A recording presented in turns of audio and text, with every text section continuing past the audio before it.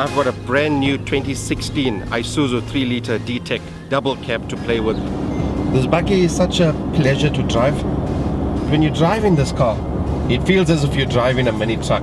Now in Johannesburg, you have to be the same height as the taxis, otherwise they're going to run you off the road. And with a vehicle like this, you can be a bully on the road. You can just cut into traffic.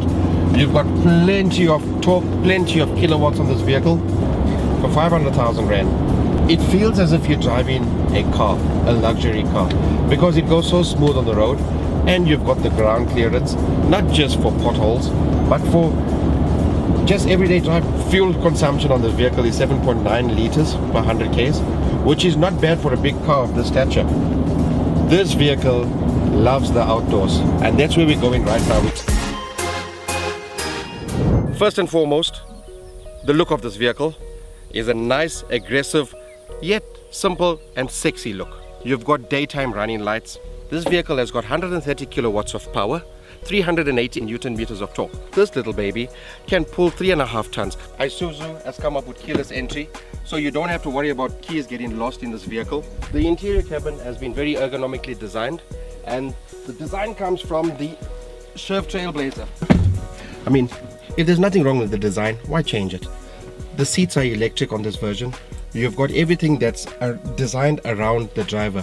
Isuzu has listened to its customers. You've got multi-function steering, where you've got your Bluetooth on your steering, you've got your speed control and your speed of cruise on your steering, with a 7-inch DVD screen, navigator, reverse camera, the works. This little baby is something else.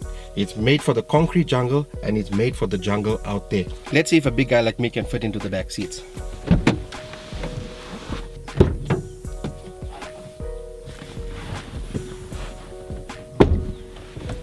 I'm a big guy, and just jumping into this vehicle, I feel comfortable already.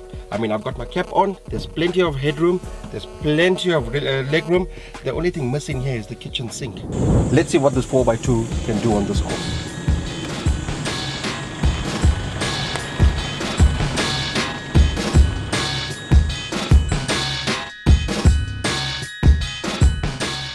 A bad day in the bush beats a good day in the office. So let's see what this baby can do on this course.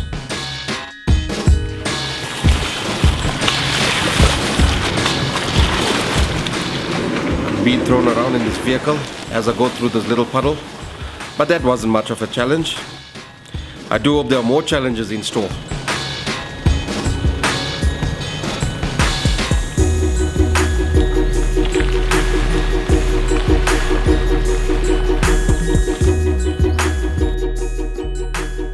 We need to be careful what we wish for. Look at this puddle. We've already made sure that this body of water cannot swallow the car. So please make sure your navigator checks this before entering. I do have the diff lock on to ensure maximum traction. I can feel a little bit of slip, but the traction just gets it awesomely. Woohoo! Surf's up, guys!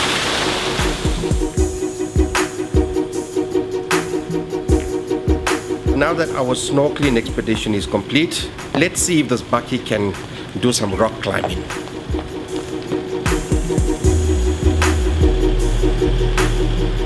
This was the first test of the clearance capabilities. On an obstacle like this, make sure the tire placement is very carefully chosen, as you have no visibility from the cabin.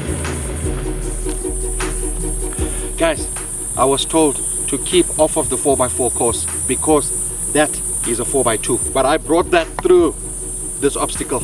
Let's see what else this baby can do. Let's go.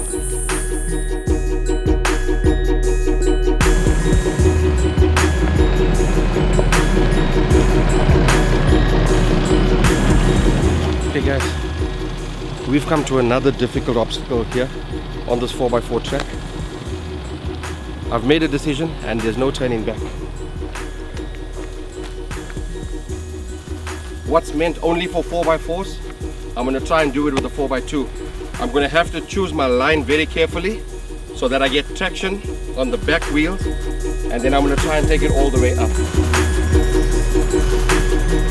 I am driving the auto version of the 3-liter D-Tech Isuzu, so I'm really not concerned about keeping my revs up.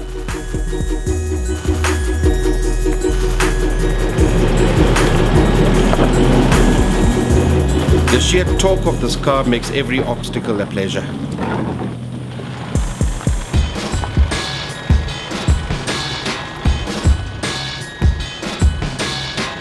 I haven't taken any bypasses today with this 4x2, and I'm not planning to.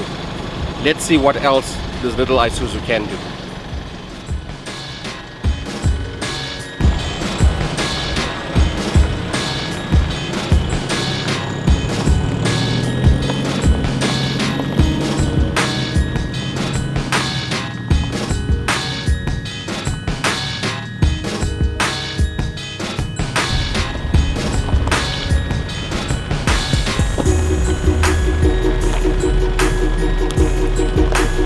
The incline was easy enough.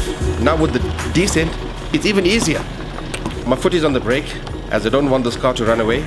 You have to be in total control at all times when you're on a 4x4 course. As you can see, I'm making the vehicle do most of the work.